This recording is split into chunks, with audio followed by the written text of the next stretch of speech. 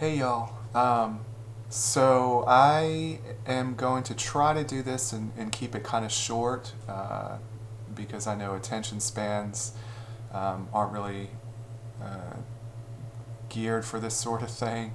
So I don't want to sit here and just lecture at you for a long time. But I kind of just wanted to, for one, just kind of try this out and see if it's helpful for y'all to see a video of me kind of talking about some of these things.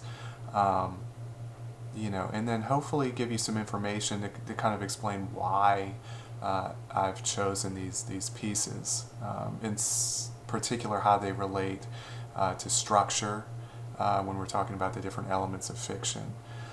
Um, so the first one that I assigned was Fat by Raymond Carver, which if y'all were in my class last semester, we read and talked about. So I won't spend a whole lot of time on that one. But the other one, the review by Tim Gautreaux, is one that I haven't used before in a class. But I thought it would be kind of a cool story because it's, structurally it's very traditional. It has a linear plot.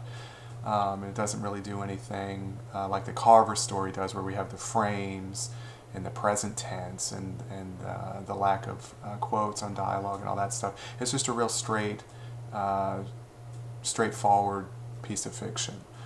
And just to give a little background, Tim Gautreaux is a teacher of mine when I took classes at Southeastern years ago. And he still does independent studies and stuff occasionally, but mostly he's retired. And so the story comes from this book here. I don't know if you can see it. There we go. Signals, which is a book that collects, I'm having trouble getting that focused on there, but you get the idea. But it collects some of his older stories, and then it has a few previously unpublished newer pieces in there. And this story, the review, is one of them. And so that's why when I posted it on Moodle, it's a PDF. And Tim Gautreaux actually sent me that file from his own computer. So it's not online, it's not published anywhere other than in this book. So the story is kind of typical of the types of things he writes, the types of characters he writes about. And what I want to really think about, or have y'all think about, in your journal entry or in your own writing, is that turn at the end of the story, that sort of emotional kind of gut punch that you get in the last page. And the very first time I read this story a couple of years ago, it just sort of moved me when I got to that ending. It's something that I think is intentionally emotional. And I don't want to say too much because some of you might be watching this without having actually read the story yet, which is fine. But I do encourage you to read it before you write your journal. But I'm just trying to be sort of careful on how much I say about it because I don't want to give away the ending, because that's where the main sort of idea, I guess, comes in, is at the very end. So think about when you're writing your own pieces and responding to this one, if that ending is earned or if it seems too hokey to you, and I'm open to different viewpoints on it. I mean, just because I like the story, I don't expect all of you to like it or to react the same way to it. So just think about that and think about how the author is able to pull that ending off. I wanted to read to you just real quick. So it's cool because I am still in touch with Tim Gautreaux. And so I was able yesterday, I had known I wanted to use this story before I started teaching this class, but I wasn't really sure about how I would get a copy of it. I thought I would scan it and put it up, but now the campus is closed, I can't get to the scanner. So I emailed him and asked if he had a copy of it. And then I also asked him if he had some insights about this story. So I thought, we're all writers. It's cool to hear from other writers what they're thinking about. And so I wanted to read to you what he said in his email about this story, it was kind of interesting. And he also mentions Hemingway, Hills Like White Elephants, which we have talked about a few times. So this is what he says. He says, as for my thoughts about the story, I had no idea how it was going to end until a few sentences before the final scene. Once I had the ending, I rewrote the story to make everything subtly line up. And so I'll stop there for a second. I think some of the things he might be talking about is, if you notice in the opening scene, there's the lightning strike in the main character's yard. And then at another point in the story, I think when he's driving across the country to go confront this person who wrote a review of his book on Amazon. Again, I don't want to say too much because you might not have read the story, but there's another thunderstorm. Those are things I think that are added in second drafts. Those recurring images. There's a lot of imagery of the main character eating and commenting about the food that he eats and the differences between the food here in Louisiana and up north where he goes. Which is a common sort of discussion that people have, I think. But those are the things I think he's talking about. That so when you're doing a rewrite or you're doing a revision, you should be thinking about those images that occur again and again, and use them to your advantage. He was somebody who was real adamant about that, and when I was a student. And he used to always liken stories to machinery, and saying that, each piece of it, even the images, the dialogue, all that, each of those works like a part of a machine. And it ultimately makes the story go, and it makes the theme of the story come to life. So that's what he's doing. So he continues. He says, the story is very organic, one action growing the next. But by the end, I realized that something should happen to make the main character understand a bit about who he was, kind of a mini epiphany. And I think, again, that's why those lightning strikes in the story are significant. Sidney sees himself throughout the story as a professional victim, a person who resents his life because any tiny criticism is a mortal blow. Such people are extremely stubborn, and it is hard for them to change. I wrote the ending. I'm trying to kind of skip through because I don't want to give away what happens in the very end. So he says, I wrote the ending having Sidney realize that he has nothing or no reason to complain about his life or about anything else. Of course, I couldn't make him have a sudden goody gumdrops moment when he realized the error of his ways, because that would be corny or melodramatic. I just left him with a tentative meeting with his estranged wife while, and I won't read the rest because that gives away the end. But he says that's as far as a writer can go. A story can leave things out. This is important, and it's also interesting because we've talked about this, the iceberg effect. He says sometimes things that are deliberately missing in a story's ending leave a hook in the reader for the rest of his life. I think of Hills Like White Elephants by Hemingway or Faulkner's Barn Burning. And then he says something again about the end. He says it's left for the reader to decide. So just like in Hills Like White Elephants, which I know we didn't actually talk about it as a class, but a lot of y'all have been using that as an example for some of the dialogue submissions. He says it's left for the reader to decide. So same thing there. We don't know what the awful simple operation is in the Hemingway story, and people debate about it and have discussions about it, and that sort of thing. So that's, again, kind of a long way of me hopefully getting you to think about the ending of that story. When you're writing your journal on Moodle, is that ending earned? Or is it what he calls in his email a goody gumdrops moment? Is it too corny? Is it too melodramatic? I don't think it is, but I don't, that y'all know by now that it's okay to disagree. In fact, I welcome that. So what do you think about that ending? And that's what I want you to think and focus your journal on. And then hopefully for your very final submission at the end of the semester, all these things are kind of in your head, and you're thinking about that, like how to make a successful ending to a story, how to lead up to that ending without it coming out of nowhere. Does he do that here? Is the ending earned? And that all relates to structure. And that's why I wanted to use this story too, because it's a very traditional story. There's a beginning, a middle, an end. There's nothing that makes it experimental or anything like that. But we can see a lot of devices that the author's using to build up to that ending. I wanted to say too, one thing I didn't ask Gautreaux, because I don't think we could ever ask a writer this, and even if we did, I mean, that's not a thing that writers necessarily want to tell us.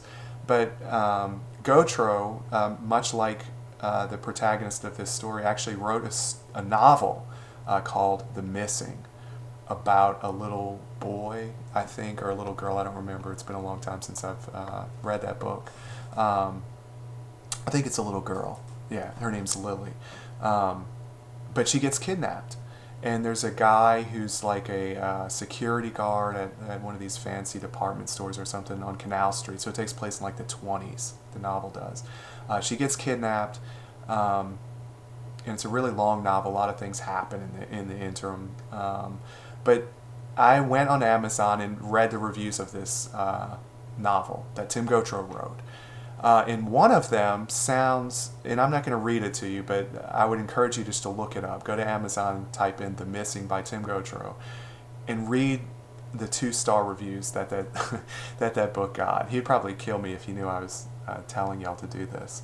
But read those and tell me if you don't think one of those, or a couple of them, sound very similar to the review that the fictional character in the story, the short story, leaves for Sydney, who's the protagonist in the story.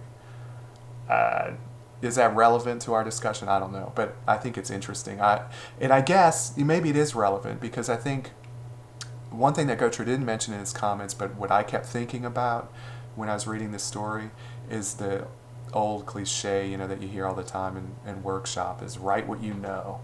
And it kind of seems like one of the themes of this story is he's using the characters to say this, but it's kind of like Gautreaux is telling us, if you want a really emotional piece, you have to write what you know. You have to really, and that's not to say you can't research things and learn a lot about them and write about them, but he's saying that's where the stories that touch readers are the ones where the writer is coming from an authentic place, and the way you do that is by using experience and using personal knowledge. So I would probably feel safe in assuming that this was an autobiographical story, the review, but we never know, and we can only speculate. But check that out if you're interested, because I always think those things are kind of cool. And to get to the Carver story, so I'm going to kind of jump just real quick and just spend a second on that one, because I don't want to keep y'all for a whole long period of time. But it's interesting because, we're talking about writing what you know, and the Carver story, Fat, if you read those little annotations, not all of them are good. Some of them are kind of inaccurate, actually. And if you look at who posted the annotations, it'll say like verified user or something like that. Those are the ones that are good. The ones that say this annotation is unreviewed, you can probably ignore those. But anyway, in the very beginning, the first one says that Carver got this idea for this story from his wife, who was a waitress at the time he was writing the story. And we can assume that a very similar thing may have happened to her. So that, again, is getting into that idea of writing what you know. And so Carver was able to write a story from a waitress's point of view, and so he was sort of overlaying her thoughts and perceptions with his own, I guess. But I think that's always interesting. There's always exceptions to the rule, though. So I don't want you to think that that's like a set thing that you have to write from experience and or from someone else's experience that you know or whatever. But I always like those connections. So we have the two very different stories, the Carver and the Gautreaux, but in some ways they're the same in that, you know, there is that sort of epiphany at the end of both of them. They're both coming from presumably personal experience from the author. You know, so those things are kind of cool to see. So I just want to say last thing, and then I'll let y'all go. But the last thing that I thought was kind of interesting, I was looking at the journals, and Sierra actually posted hers already for the Carver story, so thank you, Sierra, for not only writing your journal early, but also saying some really cool stuff. And one of the things that Sierra said in her entry, which is kind of like the annotation at the very end of the story on the website, is how Carver's using the frames where he has like multiple layers, if that makes sense. So we have the narrator talking to Rita, her friend, recalling the story of this man who comes to the restaurant. But then there's this other layer, this sort of metafictional layer, where it almost sounds like the narrator of the story, whose name we don't know. And if you remember from Cathedral, and a lot of other Carver's pieces, we never know the narrator's name, which I think is interesting, which is all the more sort of relevant to this idea that this narrator is just sort of in every person speaking to us, the reader. So we have that layer of the story, and this might be a bit of a stretch, but I thought it was interesting that the annotation says, note the additional frame that develops if you read the name Rita as reader, as pronounced in an accent that drops the R. You know, so I guess like somebody with a Boston accent or even a New Orleans accent maybe would say it that way. That might be a bit of a stretch, but I think it's interesting that he points that out. Sierra also mentioned this too, is the author is telling a story about the process of telling stories. There's a point where Rita says, or not Rita, the narrator says that Rita doesn't know what she is talking about. Rita says, that's a funny story, and then the narrator says, but I can see she doesn't know what to make of it. I feel depressed, but I won't go into it with her. I've already told her too much. You know, so now the reader or the narrator is talking to us and basically talking about the struggle of storytelling. How do we get a reader to know what we're talking about? You know, we can give them all the information, we can paint it in a really pretty way, but at the end of the day, the story goes into their hands and they can do what they want with it. They can miss the point, and that's kind of what Carver's saying. And so this guy says, probably more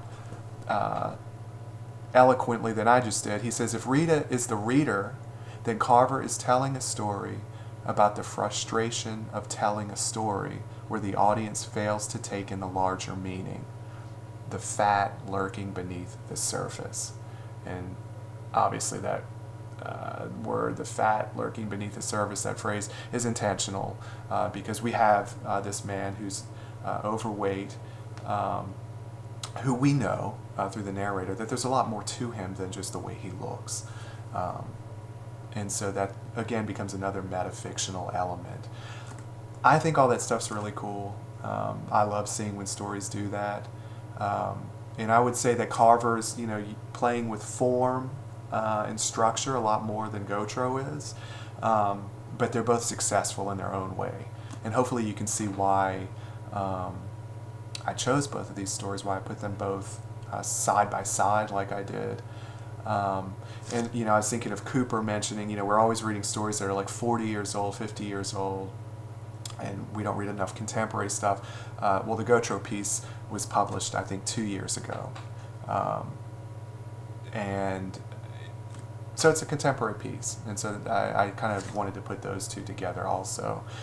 So we have a more modern piece with the Carver, which came out in late 70s, early 80s. if you're interested, I recommend Gautreaux's book. I won't try to hold it up to the camera again. I couldn't seem to get it focused right, but you can look it up. It's called Signals. And I wrote a review of it a couple of years ago. Again, you can look this up too. It was on the New York Journal of Books. And that's always kind of a fun thing to do. You know, maybe at some point we'll talk about building community among writers, and one way you do that is reach out to writers. So I emailed Gautreaux, and he was happy to talk about his piece with me.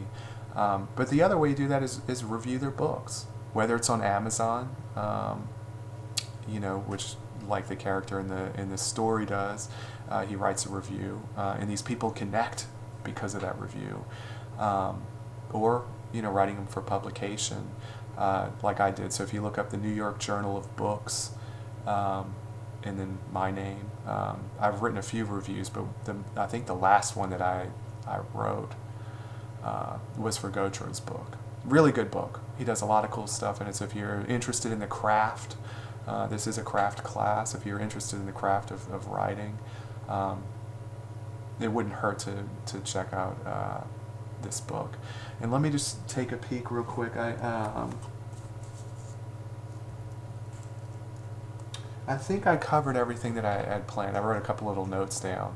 But again, I don't want to keep y'all. This has probably already gone way over what I was thinking it would. But hopefully you get something out of the video. Please comment in the comment section. Just say something to let me know that you watched it. You know, something that you see in the background of the video, something I said would probably be a little bit better. Your opinion, you know, try to think of it as a discussion board on YouTube. This is a first for me doing this, and maybe for many of y'all too, so it doesn't have to be perfect. I just kind of want to know that y'all are watching the video, that it worked, if it was useful or not. Unfortunately, this is the only way that y'all get to sort of interact for the rest of the semester, and so we'll just have to do the best we can. So I'll see y'all next week, probably. Just keep checking Moodle for updates, and email me if you have any questions. And y'all enjoy the rest of the week. Bye.